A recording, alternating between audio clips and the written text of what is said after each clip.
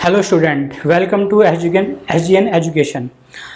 ये इस चैनल पर फर्स्ट वीडियो है और मैं आपसे इस वीडियो में पार्टनरशिप अकाउंट्स के बारे में बात करूंगा। ये जो हम पार्टनरशिप अकाउंट्स करने जा रहे हैं, ये हम एक बहुत ही इम्पॉर्टेंट मेथड से इस पार्टनरशिप अकाउंटिंग को करने जाएंगे। और जिस स्टूडेंट को भी पार्टनरशिप अकाउंट्स में कोई भी दिक्कत होती है, अगर आप इस वीडियोस को देखेंगे या पूरी सीरीज इस पार्टनरशिप अकाउंट्स के देखेंगे तो आपको कोई भी दिक्कत नहीं होगी, क्योंकि जो मैं ये मेथड यूज़ करने जा रहा हूँ उसका नाम है स्टेप मेथड। स्टेप मेथड का दूसरा नाम होता है योहान वेन बिक assembling and consolidation method. Chapter शुरू करने से पहले मैं आपको इस मेथड के बारे में थोड़ा सा बताऊंगा, जिससे कि आपको समझ आ सके कि ये जो मेथड है ये यूज़ कैसे होता है। तो चलिए बात करते हैं कि इस मेथड की ये मेथड है क्या। तो मैंने आपसे पहले बोला कि इसका नाम है योहान वेन बिक method of assembling and consolidation. ठीक है, तो अब इस मेथड के बारे में बात करते हैं कि ये मेथड बेसिकली है क्या। इस मेथड में आप जैसे देख सकते हैं दो वर्ड्स का यूज हो रहा है, one is assembling and second is consolidation. जब योहान वेन बिक सर ने इस मेथड को यूज किया था तो ये ज़्यादातर जो मेथड यूज किया गया था वो इकोनॉमिक्स थ्योरम या मैथमेटिक्स थ्योरम के बारे में उन्होंने इसको सॉल्व किया था। हम इसी मेथड को अपने अकाउंट्स के चैप्टर में लगाएंगे जिसका नाम है पार्टनरशिप अकाउंट। अब बात करते हैं what is assembling and what is consolidation. First of all we talking about the assembling. Assembling क्या चीज़ होती है? असेंबलिंग वो चीज़ होती है, असेंबलिंग का वैसे मीनिंग होता है टू इंटीग्रेट, जोड़ना, किसी भी चीज़ को जोड़ना। हम जोड़ेंगे कब किस चीज़ को? जब हम उसके बाई पार्ट्स करेंगे। ठीक है, तो फर्स्ट चीज़ क्या हो गया? असेंबलिंग। To integrate. और इंटीग्रेशन कब होगा? जब उसके बाई पार्ट्स होंगे, जब उसके बाई पार्ट्स होंगे। ठीक है, assembling. Second is consolidation.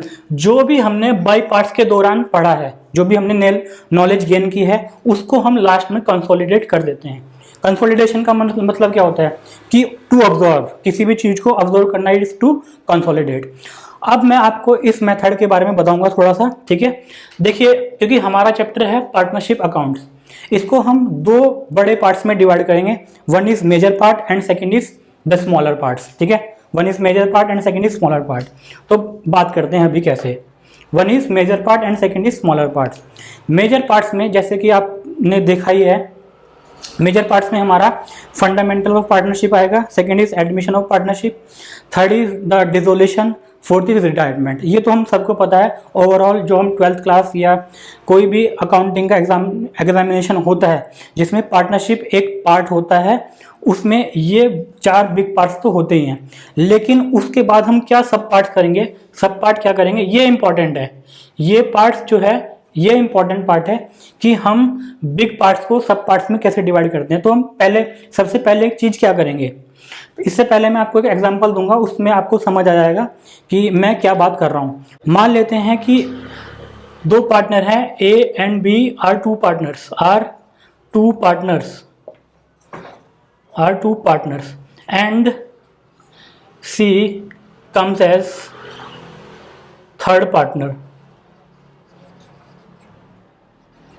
C third partner के तौर पे आता है। ठीक है, पहले प्रॉफिट क्या था? प्रॉफिट इज 60,000 हम मान लेते हैं। और पहले इसका प्रॉफिट शेयरिंग रेशो क्या था? पीएसआर क्या पहले क्या था? 1:1। अभी हम खाली समझने के लिए बात कर रहे हैं, बाद में हम इसको निकालना भी मैं सिखाऊंगा आपको कि रेशियो हम कैसे निकालते हैं। तो फर्स्ट इज पीएसआर, दो पार्टनर की। अगर हम पीएसआर अब ले, सेकंड है पीएसआर। अब अगर जब थर्ड पार्टनर सी आएगा तो उसका पीएसआर क्या आएगा? 1:1:1। अब मैं इसको डिवाइड करूंगा प्रॉफिट को। प्रॉफिट दो उसमें डिवाइड होगा। ए और बी में पहले कितना प्रॉफिट आ रहा था? 30,000 एंड 30,000 ईच। लेकिन अगर प्रॉफिट, क्योंकि सी अब एडमिशन हो रहा है उसका, अब प्रॉफिट कितना होगा? 20,000 क्योंकि वो एक पार्टनर एक और में बढ़ गया। तो यहाँ पे क्या होगा कि जब सी आया, किसी भी इससे हमें हमें एक बात सीखने को मिली कि जब भी कोई पार्टनर आएगा बाहर से, तो जो दो प्रीवियस पार्टनर हैं, जो ओल्डर पार्टनर हैं, उनको नुकसान होगा। पहली चीज़ प्रॉफिट में पार्टनर उनको नुकसान होना चाहिए, सेकंड चीज़ गुडविल में पार्टनरशिप उनको गुडविल में नुकसान होगा। समझ आ गई बात। थर्ड चीज़, जब कोई भी पार्टनर आएगा, फर्स्ट ऑफ ऑल वो ऐसे तो आएगा नहीं, वो सब ये कैपिटल लाएगा फर्स्ट चीज़, सेकंड चीज़ वो कैश लाएगा, थर्ड चीज़ वो एसेट्स ला सकता है और उसकी कुछ लाइबिलिटीज भी होंगी, वो भी वो लाएगा।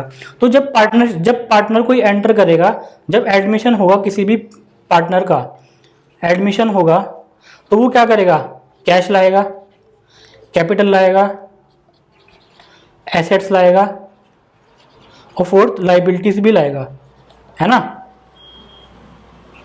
लाइबिलिटीज भी लाएगा।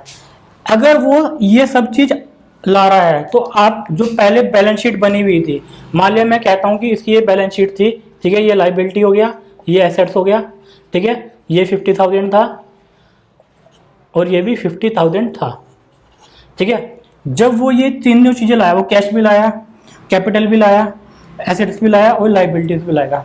इसका मतलब क्या हुआ, जो आपकी बैलेंस शीट है, बैलेंस शीट में भी एक बैलेंस शीट भी वो चेंज हो जाएगी, बैलेंस शीट भी चेंज हो जाएगी। तो इसका मतलब क्या हुआ कि जब कोई भी पार्टनर एडमिट होता है किसी भी पार्टनरशिप फर्म में, तो उसकी प्रॉफिट शेयरिंग रेशो चेंज होती है, PSR चेंज होती है, रिवोल्यूशन अकाउंट चेंज होगा, उसका गुडविल का ट्रीटमेंट होगा उसमें, फोर्थ चीज़ हम बैलेंस शीट चेंज करेंगे और फिफ्थ चीज़ हम क्या करेंगे, उसमें जनरल एंट्रीज करेंगे। तो ये हमारे बाई पार्ट्स हो गए, ठीक है ना, बाई पार्ट्स। तो मैं यहाँ लिखूंगा कि व्हाट इज बाई पार्ट्स। अब हम बाई पार्ट्स के बारे में बात करेंगे कि बाई पार्ट्स क्या है, जो मैं आपको बता रहा हूँ बाई पार्ट्स। बाई पार्ट्स में पहला चीज़ क्या करेंगे हम, ratio analysis,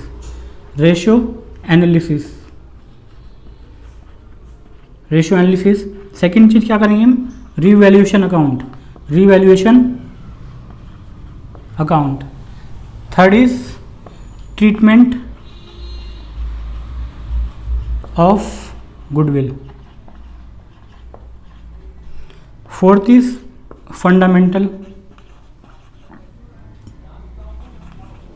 fundamental of partnership, fifth journal entries and last is balance sheet. अब इन बाई पार्ट्स को करने का हमारा तरीका क्या है, ठीक है। जैसे हम रेशियो एनालिसिस का चैप्टर करेंगे तो वो वीडियो हमारी 15 to 20 मिनट्स की होगी, ठीक है, 15 to 20 मिनट्स की। उसमें मैं आपको जितने भी तरह की रेशियोज होती हैं, ठीक है, मैं उसमें आपको दो तरह के मेथड बताऊंगा, काफ़ी तरह के टाइप के क्वेश्चन होंगे, तो हम उसको टाइप वाइज करेंगे, क्वेश्चन को टाइप वाइज क्वेश्चन करेंगे। तो आपको कॉपी और पेन लेके बैठना है, क्योंकि मैं आपको ये बिल्कुल गारंटी देता हूँ कि अगर आपने ये मेरे साथ पूरा चैप्टर कर लिया तो ज़िंदगी में कभी आप नहीं इस चैप्टर को भूलोगे। मार्क माई वर्ड, ये मेरे वर्ड्स हैं, क्योंकि ये जो मेथड है ना, ये ट्राई एंड टेस्टेड मेथड है, ठीक है। क्योंकि बिल्कुल स्क्रैच से हम इस चैप्टर को करेंगे। स्क्रैच से जब मैं आपको आज रेशियो एनालिसिस का चैप्टर पढ़ाऊंगा तो मैं आपको इसको बिल्कुल ही अंदर से पढ़ाऊंगा। कैसा भी क्वेश्चन हो आप बिल्कुल इसको करेक्ट कर लोगे, लेकिन आपको ध्यान से पढ़ना पड़ेगा, क्योंकि पढ़ना तो आपकी जिम्मेदारी है। मैं आपको खाली बता सकता हूँ कि हम इसको करेंगे कैसे, ठीक है। तो जो हमारा पहला चैप्टर होगा वो होगा रेशियो एनालिसिस के ऊपर, ठीक है।